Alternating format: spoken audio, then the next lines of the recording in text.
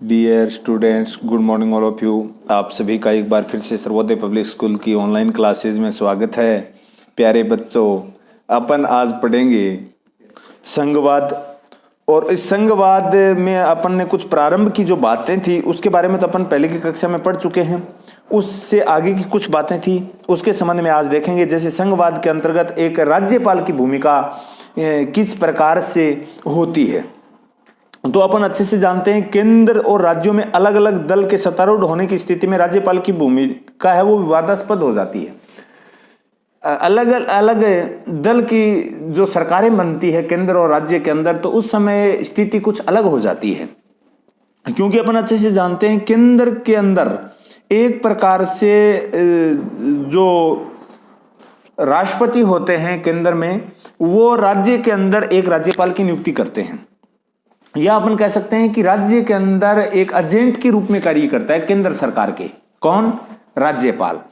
और उस समय अगर सत्तारूढ़ दल है केंद्र में, अलग सत्ता का जो अलग पार्टी की जो सरकार है वो, और राज्य में अलग पार्टी की सरकार है। जैसे अगर वर्तमान में अगर अपन बात कर लेते हैं तो केंद्र में अपने बीजेपी की सरकार है और राजस्थान में किसकी है?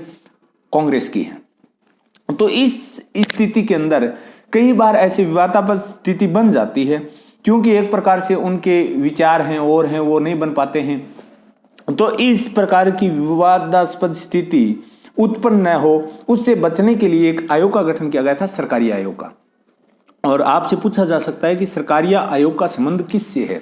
तो सरकारी आयोग का संबंध है वो है केंद्र व राज्य में आपसी संबंध सुधारने के संबंध में।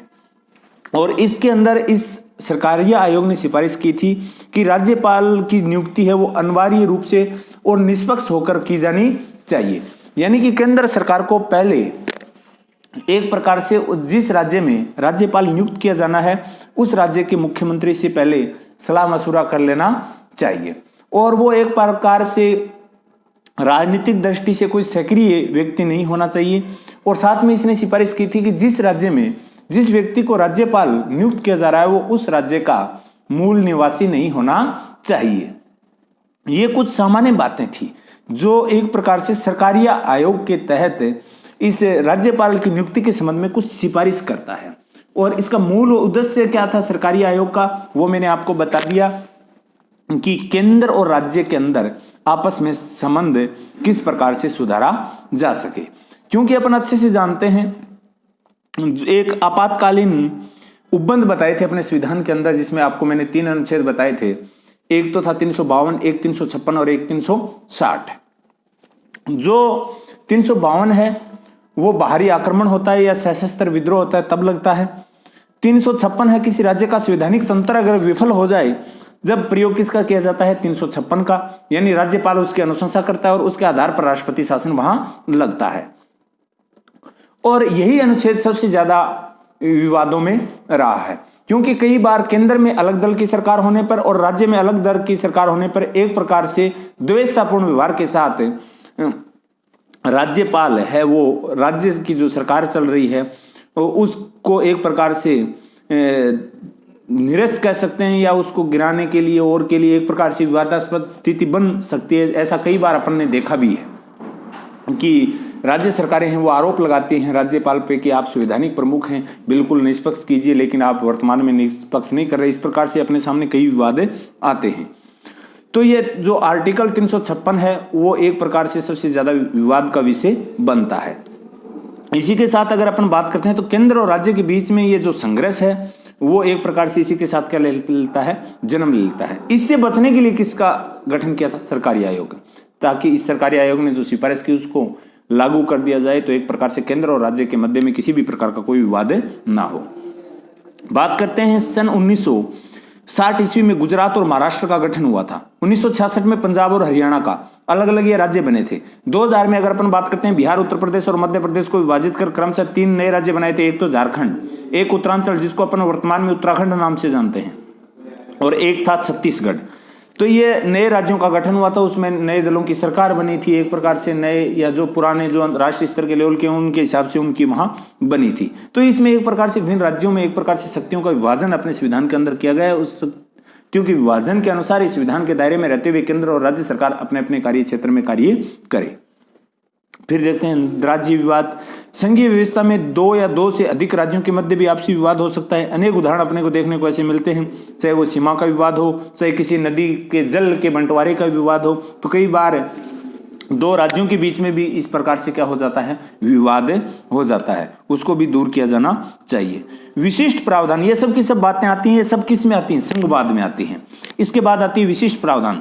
भारतीय संघवाद को सबसे अनूठी विशेषता यह है कि अनेक राज्यों के साथ थोड़ा अलग व्यवहार किया जाता है, क्योंकि राज्य की एक प्रकार से उनकी आवश्यकता के अकॉर्डिंग उसके साथ क्या किया जाना चाहिए, व्यवहार किया जाना चाहिए। ये बातें इसके अंतर्गत विशिष्ट प्रावधानों में संघवाद के अंदर आती है। तो ये बात अपने को ध्यान में रखनी है। इसी के साथ जो शक्ति के बंटवारे की योजना के तहत भारतीय जो संविधान द्वारा प्रदत्त जो शक्तियां हैं वो सभी राज्यों को समान रूप से प्राप्त होनी चाहिए, लेकिन कुछ राज्यों के लिए विशिष्ट सामाजिक और ऐतिहासिक परिस्थितियों अनुरूप है उसके संविधान के अंदर कुछ विशेष अधिकार भी दिए गए हैं। जो पिछड़े राज्य हैं, जो ऐतिहासिक दृष्टि से कुछ अपना महत्वपूर्ण स्थान रखते हैं, उसके लिए अपने संविधान के अंदर कुछ विशेष उपबंध हैं वो भी किए गए हैं।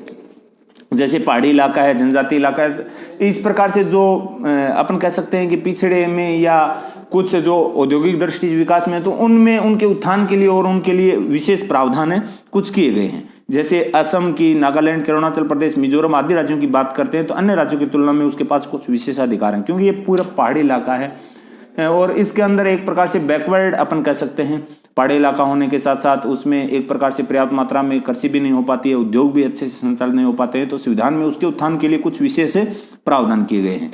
तो ये सब की सब बातें आती हैं, ये पूरे की पूरी किसके अंदर आती हैं, अपने संघवाद के अंदर आती हैं। तो संघवाद में अपन ने, संघवाद है वो कहेंगे किसे, फेडरलिज्म, उसके संबंध में अपन ने पढ़ा, यानी कि संविधानवाद के तहत एक प्रकार से शक्तियों का किस प्रकार से बंटवारा किया गया, किस आधार पर किया गया, कौन कौन से ऐसे प्रावधान हैं, किस प्रकार का विवाद होता है, क्या राज्यपाल की भूमिका रहती है, किस प्रकार से अंतर्राज्यीय स्तर के विवाद होते हैं, कौन कौन से विशिष्ट प्रावधान हैं, ये सब की सब बातें अपन ने इसके अंदर आज के इस वीडियो में देखी है। लास्ट की राज्यपाल की भूमिका आदि के संबंध में, इससे पहले भी अपन ने इसको विस्तार से पढ़ चुके हैं। इसी के साथ अपना ये संघवाद जो चैप्टर था वो होता है कंप्लीट। बाकी जो अन्य चैप्टर है वो पढ़ेंगे अपन आगे की नेक्स्ट कक्षा में। आज के लिए इतना ही, धन्यवाद।